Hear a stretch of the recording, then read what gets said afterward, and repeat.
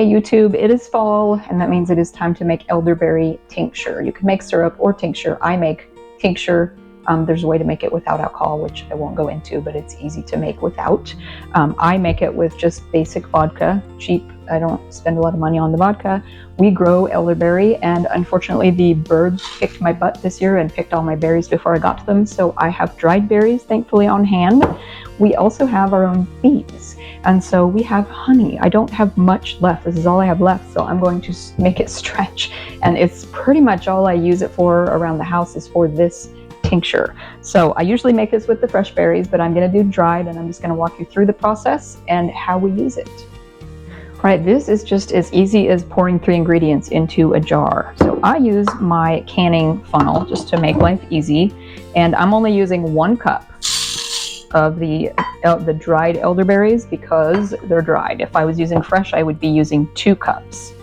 And this is a 1/2 cup of our honey, and I'm just going to put that in right on top of the berries like that, and give it a little scrape just so you make sure you get all of it in there, because you can't waste honey. It's a bee's whole lifetime.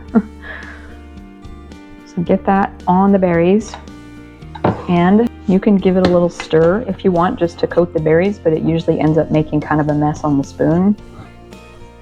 But just to kind of get them coated with the honey. And this is raw, obviously really raw, organic honey from our hives. So it's just like strained straight out of the hives.